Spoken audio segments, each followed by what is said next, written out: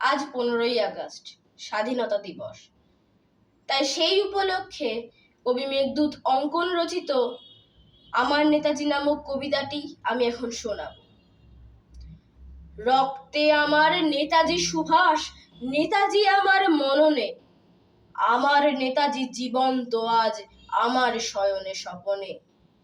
গর্বিত আমি, ভারতীয় আমি, বাংলা আমার প্রাণ।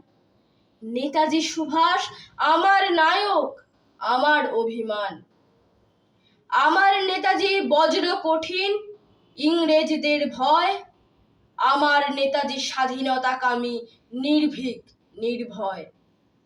নেতাজি মানেই সাহসী হৃদয়, স্বরাজের জয়গান।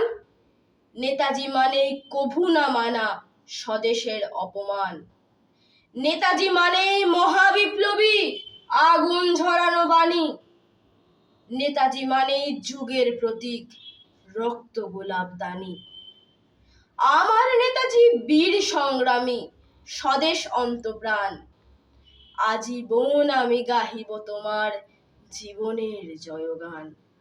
নমস্কার।